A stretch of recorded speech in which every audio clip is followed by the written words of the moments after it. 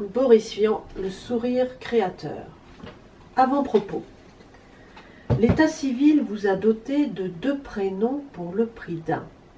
Vous vous appelez en effet Boris Paul Vian.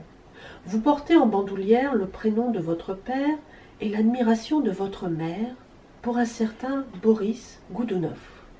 Très vite, vous vous êtes surnommé autrement.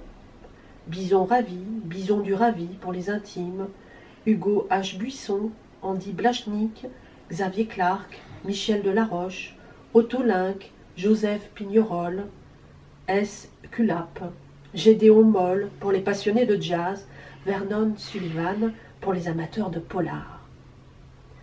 Zéphirin Envalo, Ornuf Lirondelle, Agénor Bouillon en duo avec Henri Salvador, Joël Dubousset ou Amélie de Lambineuse pour transgresser les genres.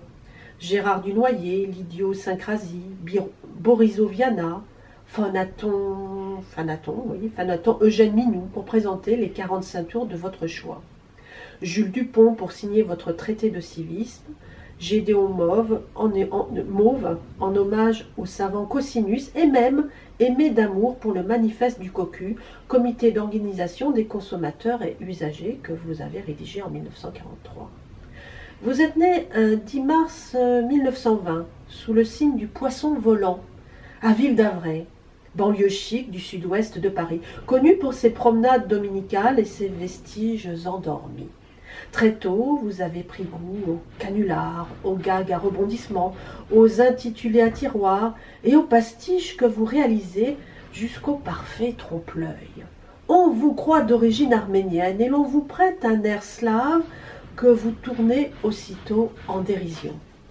Puisque votre famille est d'origine italo-provençale, vous êtes ingénieur de formation, musicien par inclination, équarrisseur en chef de la langue française que vous servez en poèmes, en chansons, en nouvelles, en romans et même en contes pour adultes consentants. Mélomane, vous avez, paraît-il, l'oreille absolue et vous vous mettez vite au diapason d'autrui.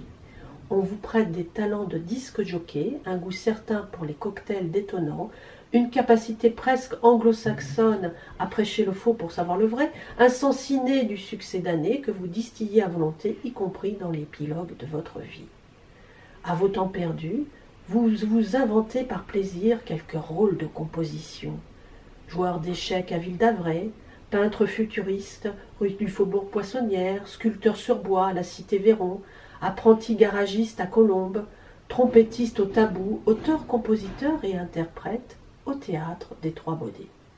Objecteur de conscience, à la ville comme à la scène, vos dons d'ubiquité vous font prendre la clé de sol pour la clé des songes. Amateur de bourrimés, de calembours, de devinettes et d'anthologies sélectives, vous vous définissez comme le fils spirituel d'Alfred Jarry, de Marcel Aimé, de William Faulkner et de Franz Kafka. Il est vrai que vous cultivez la dérision depuis votre plus jeune âge et que vous passez sans embâge d'une dimension à l'autre.